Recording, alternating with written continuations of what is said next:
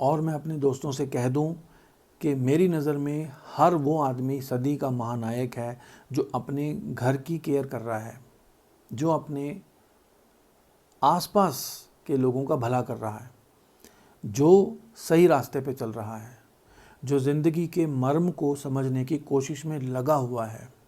हर वो आदमी महानायक है जिसने ज़िंदगी में सही को चुना है और गलत को छोड़ दिया है। हर वो आदमी। आप अपने आसपास देखो फ्रेंड्स, आप अपने आसपास देखो मेरे युवा साथियों, आपके आसपास ऐसे लोग होंगे जिनका जीवन इंस्पिरेशन लेने लायक होगा। आपको ऐसे लोग मिल जाएंगे जिनको देख के आप सीख सकते हैं। ऐसे लोग मिल जाएंगे जिनकी मौजूदगी आपको नशा करना नहीं सिखाती, जिनकी मौजूदगी आपको कानून अपने हाथ में लेना नहीं सिखाती, जिनकी मौजूदगी आपको लड़कियों से बदतमीज़ी करना नहीं सिखाती। वो लोग पूजनीय हैं, वो लोग असल ज़िंदगी के सदी के महानायक हैं। मैं कोशिश करूंगा एक और वीडियो इस विषय पे रखूं और उसमें मैं कुछ ऐसे लोगों के नाम बताऊंगा आपको जो सदी के महानायक की तरह मशहूर तो नहीं है पूरी दुनिया में, लेकिन उन्होंने, आप खुद देखिए, केबीसी में ही अमिताभ बच्चन साहब ने बहुत सारे मेहमानों को इनवाइट किया है, बहुत सारे मेहमानों को मिलवाया है जिन्होंने अपनी ज़िंदगी में कमाल कमाल के काम किए हैं, कमाल के काम किए हैं, हिम्मत वाले काम किए हैं। तो आप सदी के महानायक हैं, पहले तो मैं इससे इनकार करता हूँ और मैं आपसे अपील करूँगा कि आप पब्लिकली सोशल मीडिया पे आकर खुद ये बात कहिए कि मैं सदी का महानायक वगैरह कुछ नहीं हूँ, मैं उस फिल्मी कारोबार का प्रोडक्ट हूँ, मैं उस फिल्मी स्कूल का प्रोडक्ट हूँ जिसमें हमें एक बनी बनाई घड़ी हुई स्क्रिप्ट दी जाती थी, हमें उसमें एक्ट करना होता था जिसमें ज़्यादातर सच्चाई नहीं होती थी।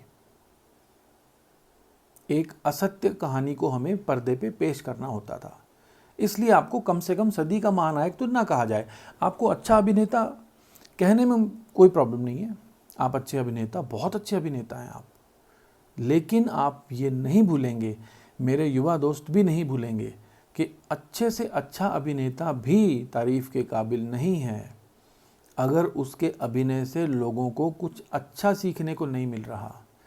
अच्छे अभिनय से अगर लोग कुछ बुरा सीख रहे हैं, आपने बहुत शानदार अभिनय किया, जैसे चार्ली चैपलिन का अभिनय बहुत मशहूर है, लेकिन चार्ली चैपलिन की फिल्में देखकर आप कुछ बुरा नहीं सीखते हैं।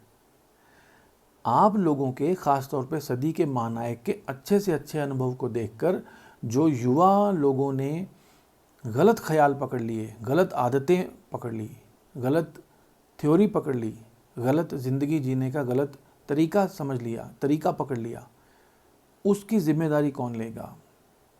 उस अच्छे अभिनय को हम, अच्छा अभिनय की तारीफ़ मैं तो नहीं कर पाऊँगा।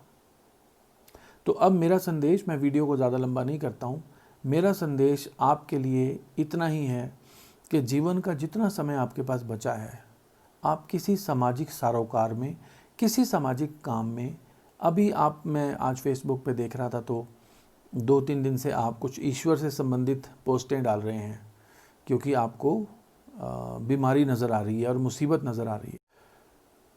तो मेरी शुभकामना श्रीमान अमिताभ बच्चन के लिए, सदी के महानायक के लिए इतनी ही है कि मेरी शुभकामना है कि आपके पास जितना समय बचा है उस समय में आप अपने समाज के लिए, अपने देश के लिए, अपने चाहने वालों के लिए कोई ऐसा उदाहरण पेश कर पाएँ जिससे वो कुछ अच्छा काम सीखें।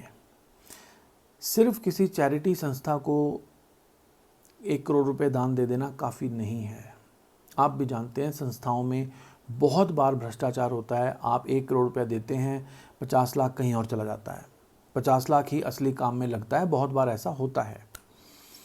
तो मैं ये चाहूँगा कि आप जितने भी बरस आपके पास हैं, मैं तो चाहूँगा आपकी उम्र बहुत लंबी हो और आप कुछ ऐसा पेश कर पाएँ भारत के युवाओं के आगे कि वो आपकी झूठी एड्स को देख के इंस्पायर ना हो।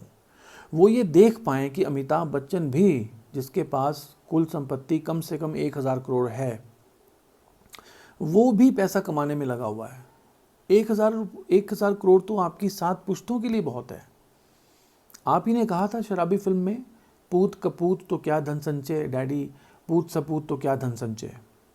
अगर अभिषेक ने कुछ सही रखना है पैसे को, तो थोड़ा पैसा भी बहुत है। और अगर अभिषेक जी ने पैसे को आग ही लगानी है, तो फिर आप जितना मर्जी और इससे दुगना भी इकट्ठा कर दो तो वो भी नहीं बचेगा पैसा। तो मेरा निवेदन, मेरी शुभकामना आपसे इतनी ही है कि ईश्वर आपको इतनी सद्बुद्धि और इतनी कॉमन सेंस अता फरमाएं कि आप ये सोच सकें कि आपने पिछले 40-45 साल में भारत के युवाओं का, भारत के लोगों का जितना नुकसान आपके माध्यम से हुआ है, चलिए मैं ये नहीं कहता कि आपने नुकसान किया सीधा, आपके माध्यम से तो हुआ है ना। आप सारी गलती तो फिल्म के डायरेक्टर पे नहीं डाल दोगे ना, आप सारी गलती तो फिल्म के स्क्रिप्ट राइटर पे नहीं डाल दोगे ना। आप भी तो अभिनय कर रहे थे, बल्कि आपका ही नाम ज़्यादा हो रहा था।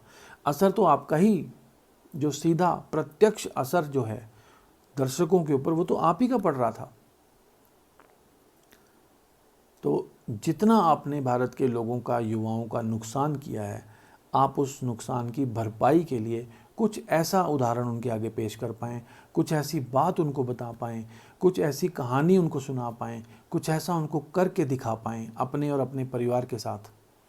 ऐसा कुछ आप कर जाएं संसार से जाने से पहले, ताकि लोग आपको, मेरे जैसे लोग आपको इस तरह याद ना रखें कि आप एक फिल्मी कारोबार की फैक्ट्री के कठपुतले थे, एक आप कठपुतली थे और लोग आपको फिल्मी डायरेक्टर अपने इशारों पे नचाते रहे और आप एक दिमागहीन व्यक्ति की तरह नाचते रहे। जैसी फिल्में आती रही वैसे करते रहे, जैसी फिल्म आती रही करते रहे। आपने अपने जहन से बिल्कुल काम नहीं लिया कि मेरी फिल्म का क्या असर नौजवानों के ऊपर पड़ रहा है।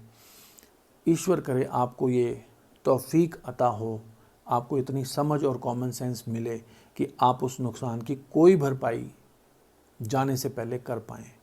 और अगर आप ऐसा कर पाए, जितना आपने नुकसान किया है, आपके माध्यम से नुकसान हुआ है, उसका अगर 50% भी अगर आप भरपाई कर पाएंगे, रिपेयर अगर कर पाएंगे, तो आपको बहुत शांति प्राप्त होगी। आप बहुत शांति से दुनिया से जा पाएंगे, बड़ी तसल्ली से मर पाएंगे, बड़ी तसल्ली से हंसते हंसते इस संसार को विदा कह पाएंगे।